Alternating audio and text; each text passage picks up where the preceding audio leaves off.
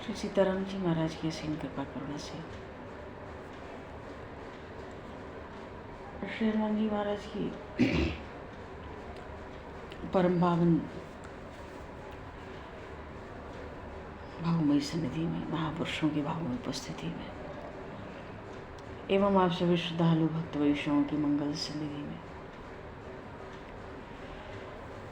मानव जीवन का सर्वोत्कृष्ट फल भगवत गुणगान भगवत स्मरण का आनंद हम सभी भगवान श्री कृष्ण चैतन्य देव के लीला चरित्रों के माध्यम से प्राप्त करने जा रहे हैं। सर्वप्रथम आप सभी भक्तजनों के श्री चरणों में भगवत भाव से सादर वंदन, सादर नमन। आप सभी को यथायोगी जय सियाराम, जय जय श्री राधे, हरे शरणम, जय श्री गुरु।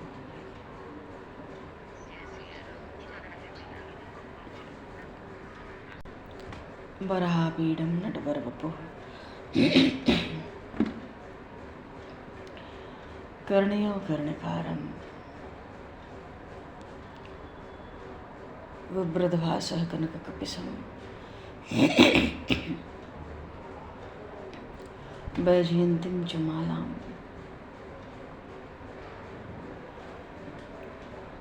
रन्ध्रान् वेणुर्धरसुतया पूरेण गोपवृन्दैः वृन्दारण्यं सुभद्रवनं प्राविशद्गीतकीर्तिः।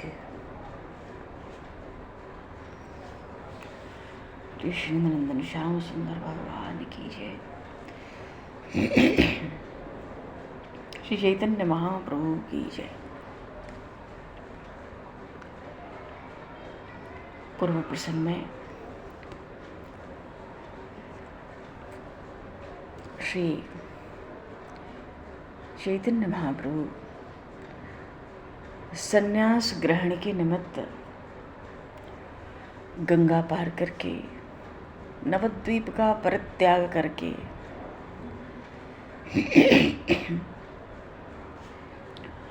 कंटक नगर में वहाँ महामहिम दंडी स्वामी श्री केशव भारती के आश्रम पर पहुँचे और पीछे पीछे प्रभु के परिकर के प्रधान श्री नित्यानंद प्रभु अन्यान्य अंतरंग भक्तों के साथ सबको साथ लेकर वहाँ पहुँचे। क्यों? महाप्रभु के घर की स्थिति तो बेहाल है। वहाँ श्रीवास पंडित हैं, माता शची और श्री विष्णु प्रिया जी को आश्वासन देने के लिए, निरंतर समझाते रहने के लिए। पर नित्यानंद प्रभु को पता था महाप्रभु अभी कहाँ है।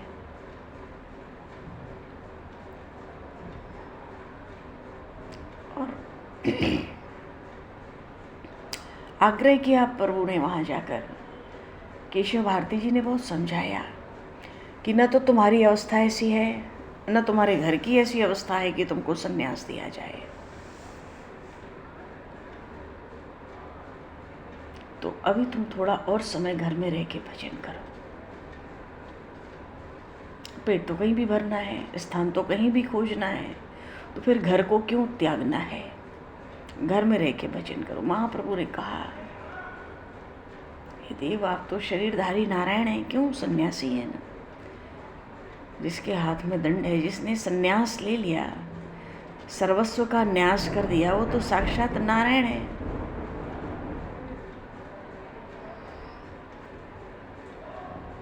तो प्रभु आग्रह करते हैं, निवेदन करते हैं श्री चरणों में कि संसार गर्त में फंसे हुए मुझ जीव का उद्धार हुआ है। आप मुझे वचन दे चुके हैं, मनुष्य की आयु क्षणभंगुर है। अब 50 वर्ष किसने देखे? आप सब कुछ करने में समर्थ हैं। मुझे संसार बंधन से मुक्त कीजिए।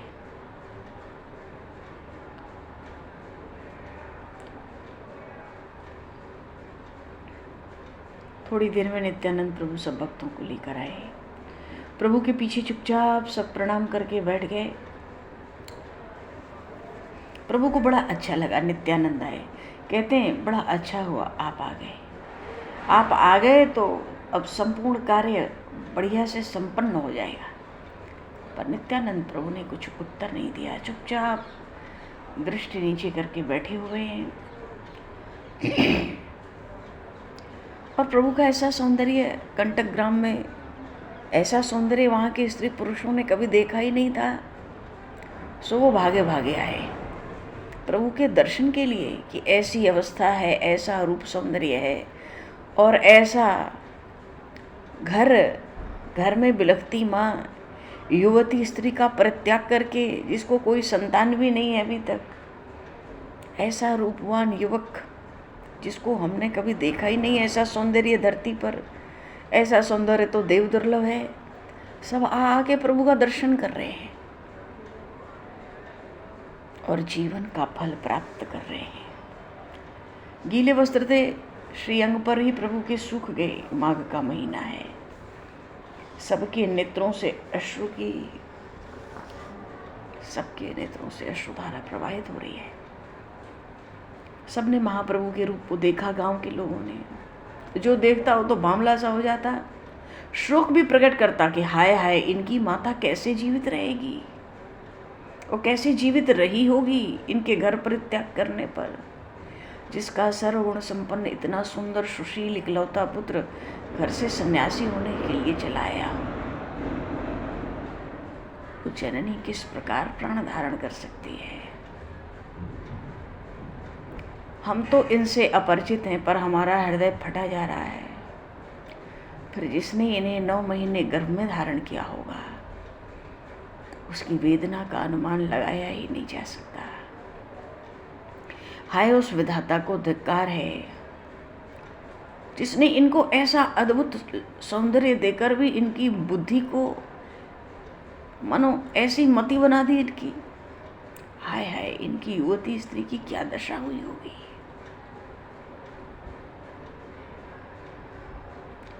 कुछ वृद्धा स्त्रियां हैं गांव के आसपास की, कई गांव के लोग दर्शन के लिए आ गए प्रभु के रूप माधुर्य को देखकर। कुछ वृद्धा स्त्रियां थी, वो तो कहती आंसू बहा बहा कर प्रभु से, ए बेटा, तुझे ये क्या सूझी है?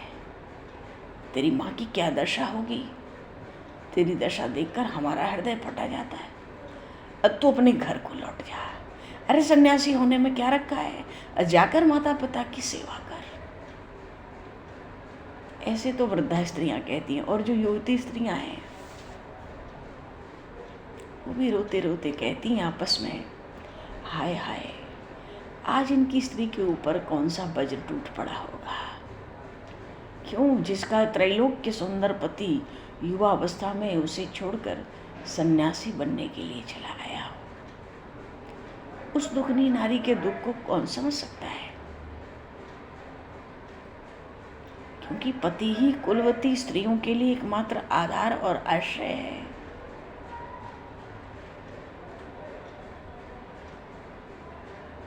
और नहीं तो स्त्री तो निराधार है, निराश्रय है।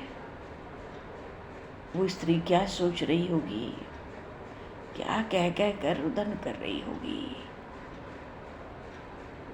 कोई साहस करके कहती भी हैं प्रभु से, अजी तुम अपने घर को चले जाओ, हम तुम्हारे पैर छूती हैं। तुम्हारी घरवाली की दशा का अनुमान करके हमारी छाती फटी जाती है, तुम अभी चले जाओ।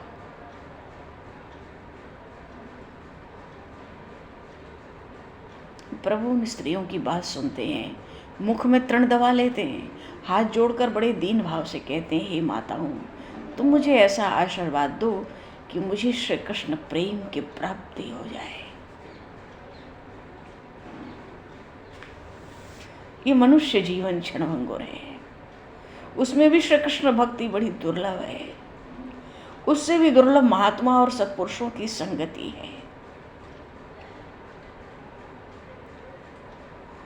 महात्माओं की संगति से, महापुरुषों की संगति से जीवन सफल हो सकता है। मैं संन्यास ग्रहण करके वृंदावन में जाकर अपने प्यारे श्री कृष्ण को पा सकूं, ऐसा आशीर्वाद दे दो। प्रभु की ऐसी दृढ़तापूर्वक बातों को सुन के वो स्त्रियां रोने लगती हैं। अपने निश्चय से तनिक भी विचलित नहीं होता ये पुरुष। मन ही मन पश्चाताप करती हैं और अपने अपने घरों को लौट जाती हैं। प्रभु के बैठे बैठे आज शाम हो गई, किसी ने भी अन्न का दाना मुख में नहीं दिया, नहीं डाला, सब चुपचाप बैठे हैं। क्यों? प्रभु का सन्यास का निषेध हो जाए, कोई उपाय नहीं सूझता। अब बहुत देर सोचने के बाद एक बात समझ आई। उन्होंने सोचा,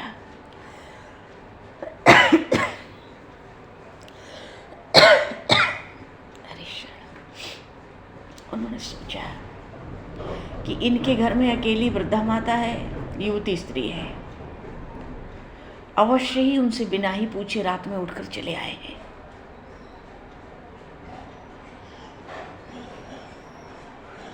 तो श्री केशव भारती जी ने सोचा, इसलिए मैं इनसे कह दूं कि जब तक तुम अपने घर वालों से अनुमति न लेकर आओगे तब तक मैं संन्यास नहीं दूंगा। क्योंकि शास्त्रों में भी लिखा है कि पत्नी की अनुमति के बिना कोई पुरुष संन्यास नहीं ले सकता 50 वर्ष से पूर्व अवस्था में। और फिर भी संन्यास ले तो साथ साथ ले ले, अन्यथा तो विधिपूर्वक अनुमति लेकर संन्यास ले, तो शास्त्र में लिखा है। इसलिए ऐसा केशव भारती जी ने सोचा। और फिर जब घर जाएंगे, माता और इनकी पत्नी संन्यास के लिए क्यों अनुमति देंगी? हो सकता है इनके बहुत आग्रह पर वो सम्मति दे भी दें। तो जब तक ये सम्मति लेकर घर से आएंगे मेरे पास, मैं यहाँ से उठकर कहीं और चला जाऊंगा।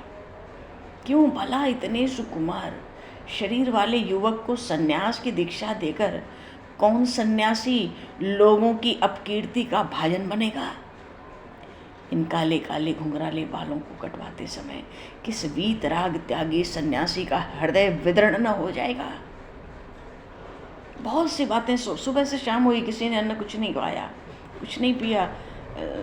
बहुत कुछ सोच विचार कर केशव भारती जी कहते हैं, पंडित, मालूम पड़ता है तुम अपनी माता और पत्नी से बिना ही कहे रात्रि में उठकर भाग आए हो। जब तक तुम उनकी आज्ञा लेकर ना आओगे तब तक मैं तुम्हें संन्यास दीक्षा नहीं दे सकता। अब प्रभु ने कहा, भगवान, मैं माता और पत्नी की अनुमति प्राप्त कर चुका हूं। आश्चर्य से पूछा, कब प्राप्त कर चुके हो? प्रभु ने कहा, बहुत दिन हुए, तभी मैंने इस संबंध की बातें बताकर उन्हें राजी कर लिया था। मैं उनकी सम्मति लेकर ही मैं संन्यास ले रहा हूं। केशव भारती जी ने कहा, देखो इस तरह से नहीं, बहुत दिन की बातें तो भूल जाती हैं। आज तो तुम उनकी बिना सम्मति के आए हो। उनकी सम्मति के बिना मैं तुम्हें कभी भी संन्यास की दीक्षा नहीं दूंगा। इतनी बात सुनकर प्रभु एकदम उठकर खड़े हो गए और कहते हैं, अच्छा लीजिए, मैं अभी उनकी सम्मति लेकर आता हूं। नवद्वीप की ओर बड़ी तेजी से प्रभु दौड़ने लगे। थोड़ी दूर दौड़े थे, तभी केशव भारती जी ने सोचा, इनकी इच्छा के विरुद्ध करने की किसी में सामर्थ्य नहीं है। अब इनकी अगर ऐसी ही इच्छा है कि ये निर्दय काम मेरे ही द्वारा हो, और यदि ये अपने लोक विख्यात गुरु पद का सौभाग्य मुझे ही प्रदान करना चाहते हैं, तो मैं लाख बहाने बनाऊं तो भी मुझे ये कार्य करना ही होगा। सोचते हैं, अच्छा, जैसी नारायण की इच्छा है। ये सोचकर उन्होंने चैतन्य प्रभु को आवाज दी, ओ पंडित, पंडित, लौट आओ। जैसा तुम कहोगे वैसा ही किया जाएगा। तुम्हारी बात को टालने की किसमें सामर्थ्य है? इतना सुने प्रभु फिर जल्दी से लौट आए।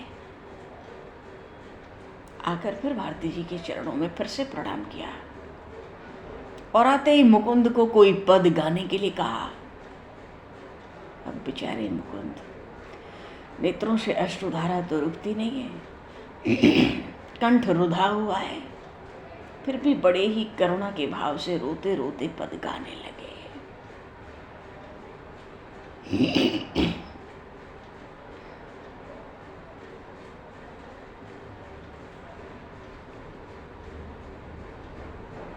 मुकुंद के भजन को सुनकर प्रभु गौरांग देव श्री कृष्ण प्रेम में विभोर होकर रुदन करने लगे। मुकुंद से बार बार कहने लगे, हाँ गाओ गाओ। फिर क्या हुआ, और आगे गाओ। ओ श्री राधा रानी का अनुराग बड़ा धन्य है। हाँ आगे गाओ मुकुंद, गाओ गाओ। क्या करेंगे मुकुंद, गाओ।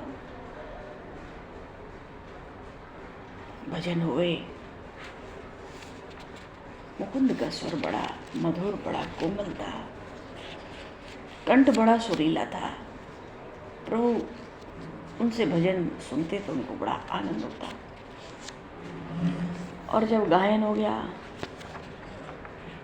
तो फिर संकीर्तन आरंभ हुआ वहां पर।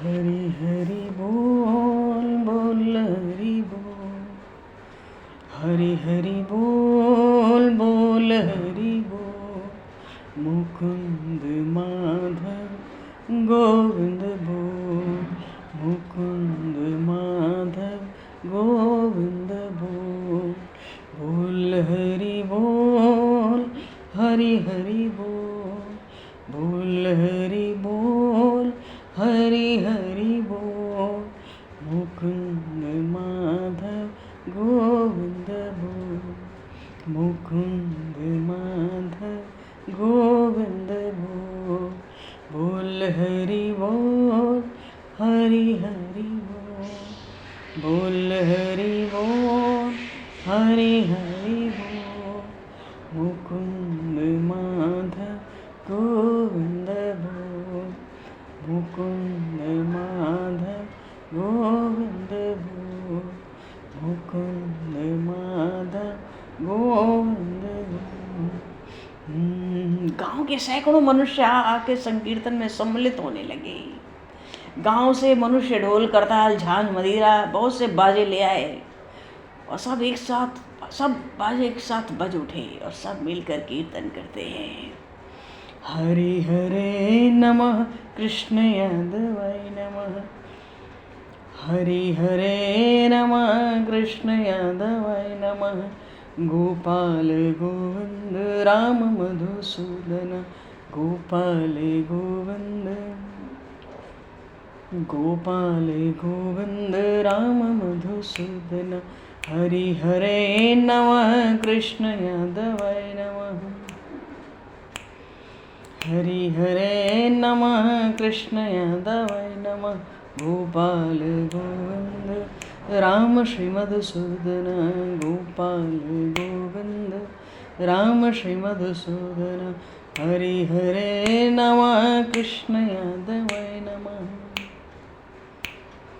हरि हरे नमः, कृष्ण यादवाय नमः, गोपाल गोविंद राम श्री मधुसूदन, गोपाल गोविंद राम श्री मधुसूदन, गोपाल गोविंद राम श्री मधुसूदन, गोपाल गोविंद राम श्री मधुसूदन, हरि हरे नमः, कृष्ण यादवाय नमः, हरि हरे नमः, कृष्ण यादवाय नमः, गोपाल गोविंद राम श्री मधुसूदन, गोपाल गोविंद राम श्री मधुसूदन, गोपाल गोविंद राम श्री मधुसूदन, गोपाल गोविंद राम श्री मधुसूदन।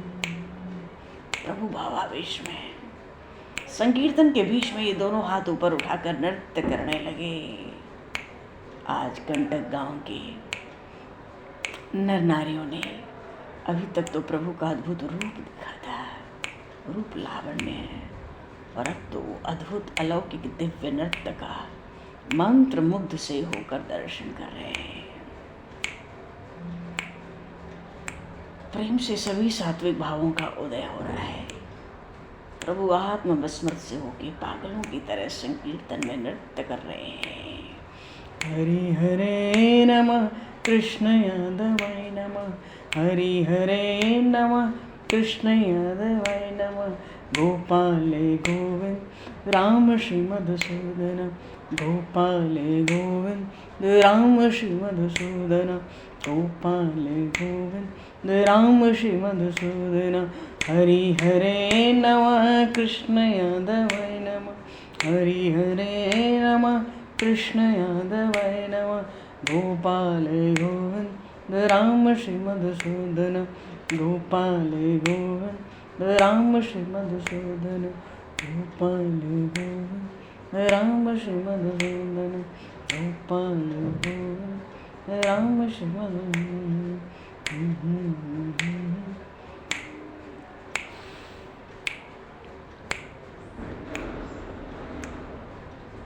आज संकीर्तन में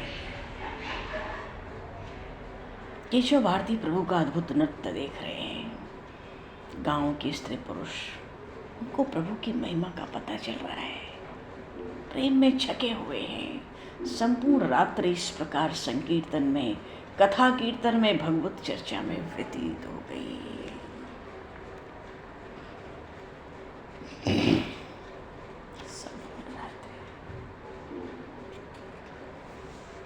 वैराग्य विद्या निज भक्ति योग, शिक्षार्थ में कह पुरुष पुराण, श्री कृष्ण चैतन्य शरीरधारी, कृपाम्बुधर्यस्तमहं प्रपद्ये, कृपाम्बुधर्यस्तमहं प्रपद्ये। वो चैतन्य महाप्रभु, वो पुराण पुरुष जिन्होंने जीवों को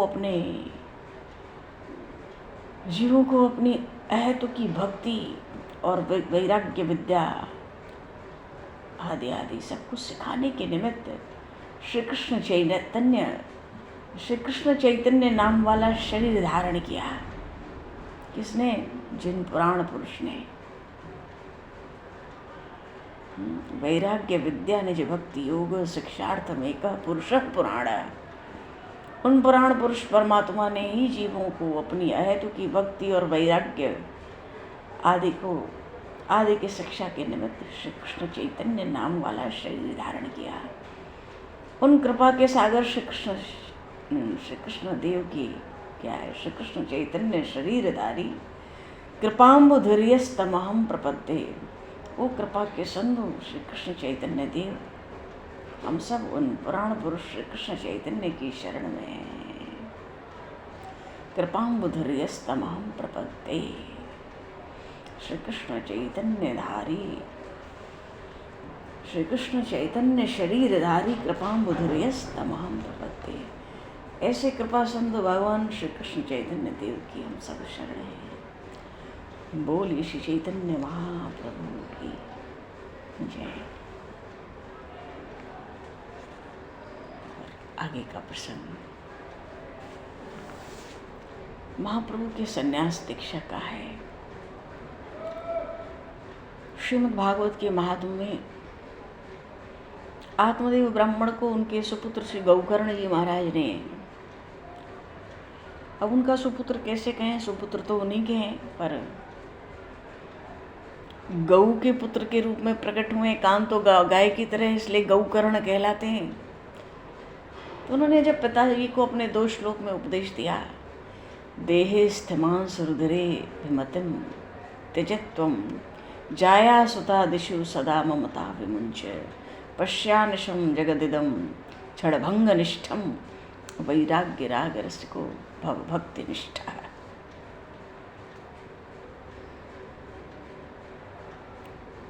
बहुत ही सुंदर श्लोक है, भागवत के महात्म्य में आया है। देहेस्थ मांस रुधिरे विमतिम प्रजत्यम जाया सुता दिशु सदा ममतां विमुंच, पश्यानिशम जगदिदम क्षणभंग निष्ठम वैराग्य राग रसिको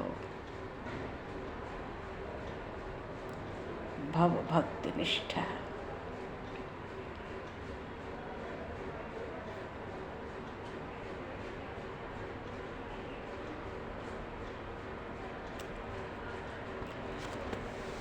बोली श्री चैतन्य महाप्रभु की जय।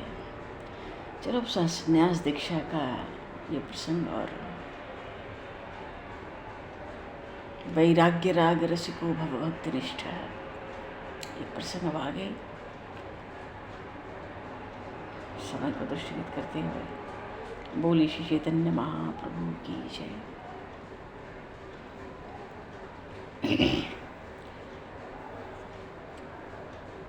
श्यावर रामचंद्र भगवान की जय। श्री राधेवर कृष्णचंद्र भगवान की जय। एक बात और थी, श्री गौरी शंकर भगवान की जय। श्री हनुमान जी महाराज की जय। एक बात ये थी कि अभी 4:30 से 5:30 वाला समय भी थोड़ा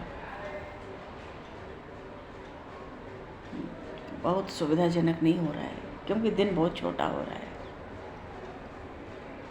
अब इधर तो